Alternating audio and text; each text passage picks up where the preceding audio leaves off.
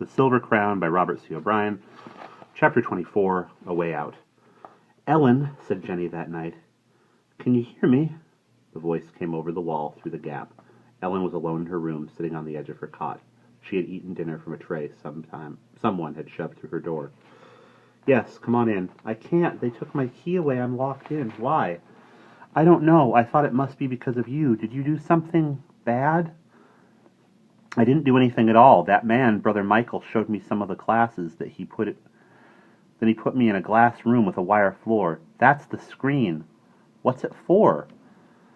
"That's where they put me for treatments. It's connected to the machine." "The Hieronymus machine?" "Yes. The hypnotism is much stronger in there. When I'm in there, I can get in tune. That's what the treatments are for. If you can get in tune often enough and long enough, you stay in tune. At least that works with most people." "Brainwashing," Ellen thought. She said, "When you're in tune, do you know things? Do they teach you things about this place?" "Oh, yes, you know everything about it. You know what to do and why, and you know it's good." "Do you know what 751B is?" "That's somebody's number. They use numbers instead of names because it's more efficient." "They're very efficient. But what does it mean?" "Does it tell who it is or where?" "B stands for boy." The number would tell something about how old he is, and what group he's in, and what bunk he sleeps in." "What bunk?" "In the boys' dormitory." "Where's that?" "Upstairs, on the back side of the castle, the side away from the tower." So that would be where Otto slept, in bunk number 751. A little bit of useful information. "Ellen?" "Yes." "Remember what you asked me?" "When?" "When Brother Michael came in?" "About escaping?" "Yes, did you mean it?" Ellen felt a stir of excitement. "Of course I meant it. I'm going to get out somehow. If they don't kill me or something." "They won't kill you." "Then I'm going to escape." "Why?" "I've been thinking about it." "Thinking what?" "At first I didn't want to. I thought I was nearly in tune, and that was all I wanted to do, get in tune. But now—" "Yes?" "Now they've locked me up again. Don't you see? I'm not nearly in tune, or they wouldn't do that. They wouldn't think they had to." "Yes, I see." "I can't stay down here another year. It might be 2 years." "You don't know what it's like." Her voice sounded on the watery edge of tears. "All right," Ellen said, very confident. "Let's escape. We'll go together." She was pleased, of course. Jenny knew her way around. Jenny knew the ropes. "But how? When?" "Look, can they hear us?" "Hear?" "Yes, I mean, are there microphones or something?" "No." "You're sure?" "Yes." "All right. We can start trying now. How big is the gap between the wall and the ceiling?" "I can't see it well enough to tell. If only it weren't so dark." "Do you have a light in your room?" "Yes, it hangs from the ceiling. It's dim, though. Stand in your chair and see if you can reach it." A rattling, a chair dragging. "I can." "Hold it over as close to the gap as you can." Ellen walked to the far side of her own room and stood on her chair. In a moment, the faint glow coming through the gap, grew visibly brighter, and the gap itself clearly outlined. It looked horribly narrow, 6 or 7 inches, but just possibly big enough. Ellen hopped down. "Have you got a blanket?" "Yes." "Fold it up as small as you can. Bring your chair over near the gap and see if you can throw it through." Jenny asked no questions. 2 minutes later, a blanket like Ellen's own plopped through the gap and fell at her feet. Ellen took both blankets, opened them up, and tied the corner of one to the corner of the other, using a double knot and pulling it hard. She stood on her chair. "Jenny." "Yes." "I'm going to throw your blanket back, but it's tied to mine. You hold down your end, put the bed on it, and sit on the bed. I'll climb up this side and see if I can get through the gap." She rolled the blanket and tossed it through, holding her end.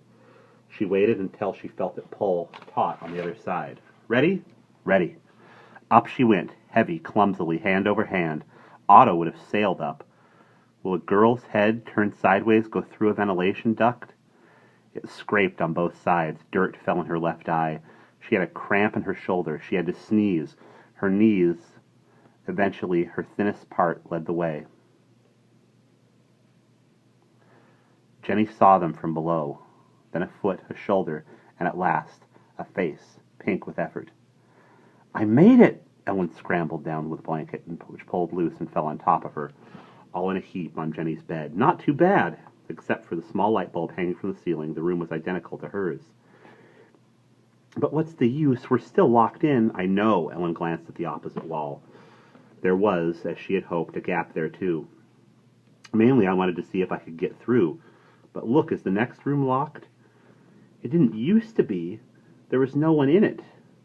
There's no one but us on this whole floor. Maybe it's still not. Ellen rested 2 minutes. Okay, she said, give me a boost. Then toss the blanket through and I'll hold it while you pull yourself up. If the door's open, that's it. It was harder this way. Finally, they both had to stand on the bed. Then, with Jenny's hand under one foot on the third try, Ellen got an arm across the top of the wall, scuffled, scraped, pulled her way through, and lowered herself into the dark room. She landed gently on the floor, knees bent to spare her ankle. She was learning. She went quickly to the door, turned the knob, and pulled. It was locked. No, she had forgotten. She pushed. It was unlocked.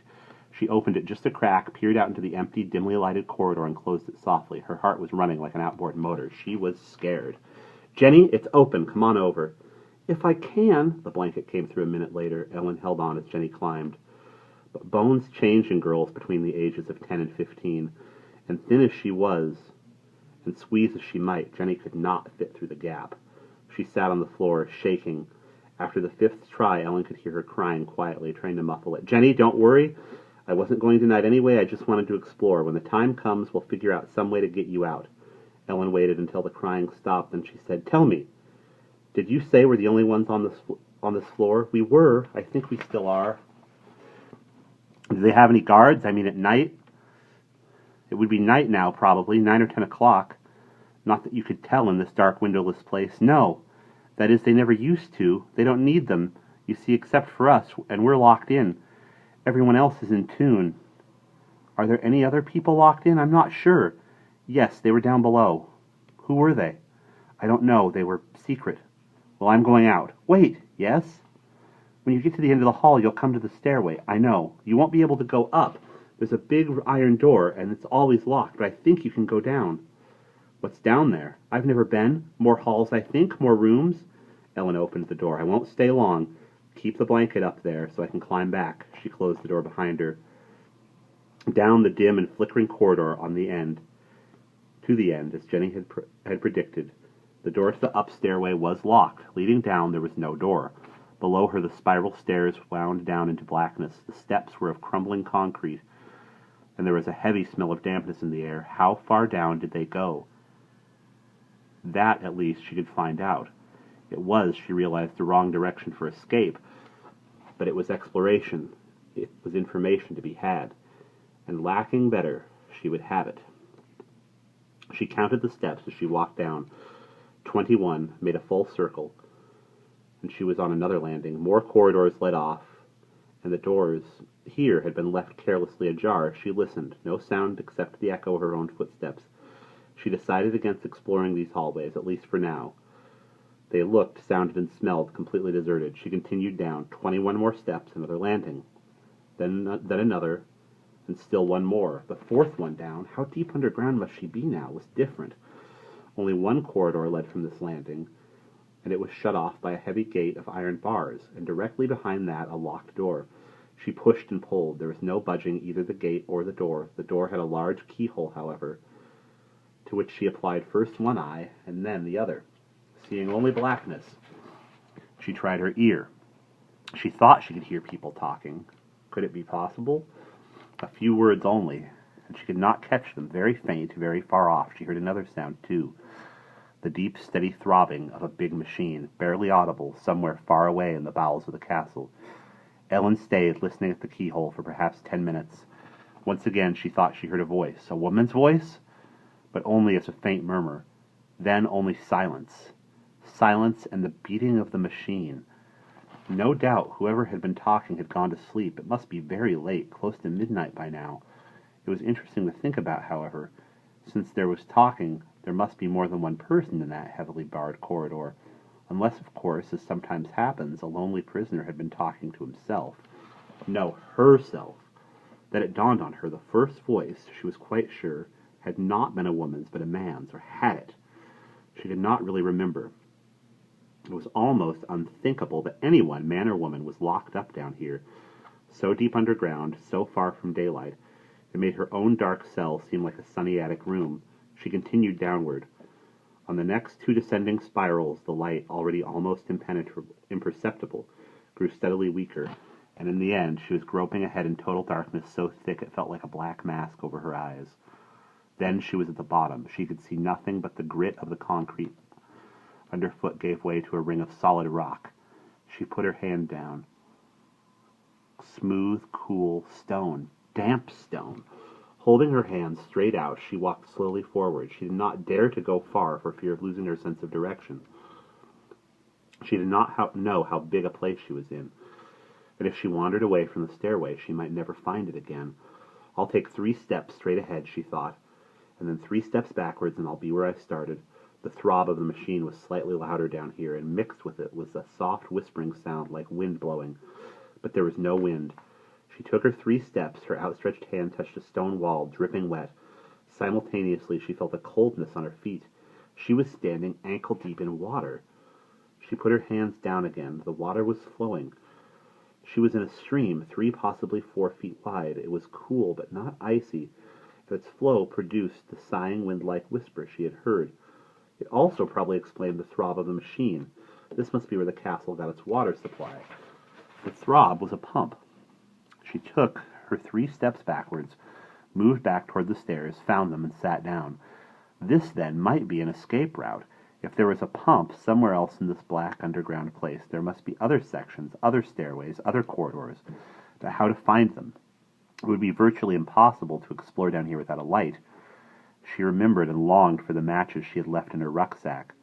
They were gone now, but matches, candles, a lantern, even a flashlight should not be impossible to find somewhere in the castle. Jenny might know where to find one or the other. She herself had seen matches in that awful arson class. All right, she thought, I'll sign up for arson and steal some matches.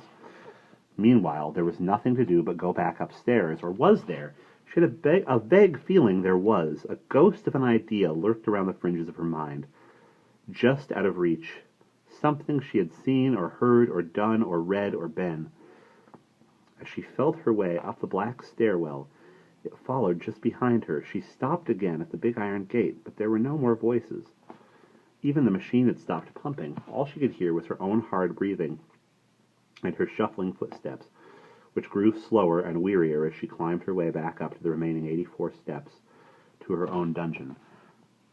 And we'll pause there.